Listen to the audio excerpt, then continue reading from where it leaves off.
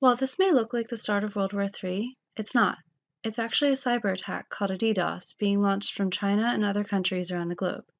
Cyber warfare is the emerging warfront of the 21st century, so it's important to better understand it so as to defend against attacks like this. In this video, I'll be discussing two common types of cyber attacks.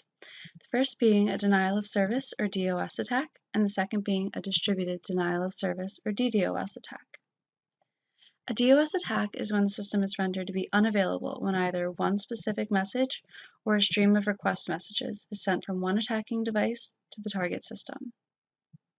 A single message DOS attack, also known as the ping of death, is a ping message with a corrupt packet that crashes the system. However, this isn't as commonly used today. Currently, a message stream DOS attack like this is much more common. This involves sending a series of requests that overloads the system. A good example of the message stream attack is Penny and Sheldon from The Big Bang Theory. If Sheldon is the attacker and Penny is the target, Sheldon knocking on Penny's door over and over again is essentially a message stream DOS attack. Penny's frustration is like the target device being overloaded. So, how does a DOS attack actually work? DOS attacks are possible because of the TCP three-way handshake process. In a normal three-way handshake, the requester initiates conversation with the server by sending a SYN packet. The server acknowledges and asks for a reply from the requester, and then the requester replies back to the acknowledgement.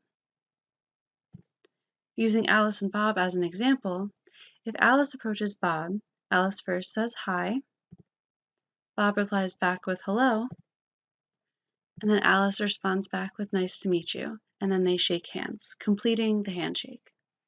However, DOS attacks don't complete this handshake.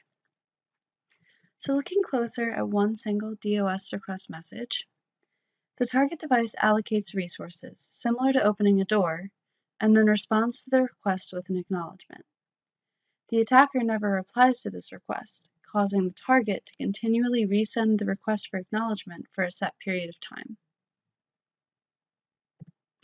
Eventually, as the attacker continues to send rapid-fire requests, the target device runs out of resources and then overloads from the traffic. Although DOS attacks can still make an impact, with advancements in technology and computing power, they no longer cause as much damage as they once did. This has paved the way for the much more devastating type of attack, distributed denial of service. A DDoS attack functions the same way as a DOS attack, but on a much larger scale. In a DDoS attack, the attack coordinator utilizes botnets or so-called zombies, which are computers that have been previously hijacked, often without the user's knowledge. The ringleader of the attack uses an attack command that activates them, and then these thousands of zombies individually perform DOS attacks on a specified target. Unlike DOS attacks, the stream of messages are coming from multiple locations rather than one centralized device. But DDoS attacks have the same goal as the DOS attack of overloading the system and making it unresponsive.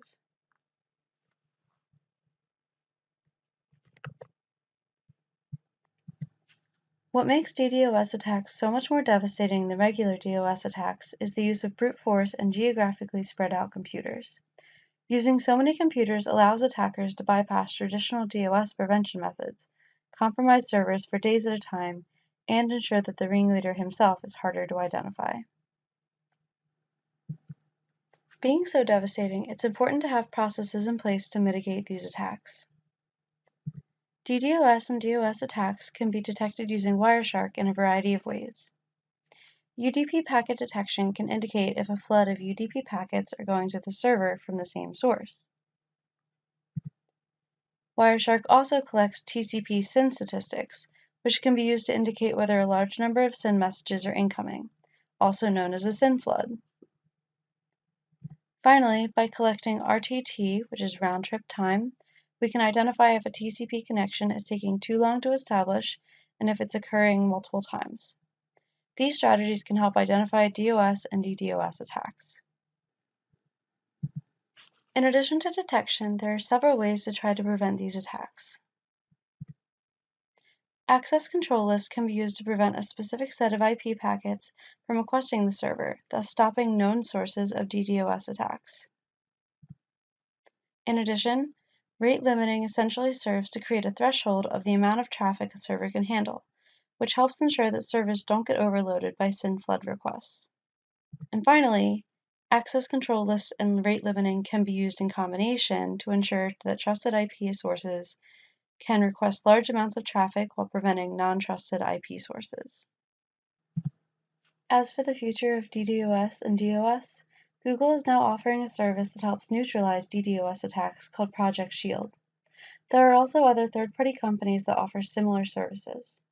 But despite these efforts, for now, the threat of DOS and DDoS are here to stay.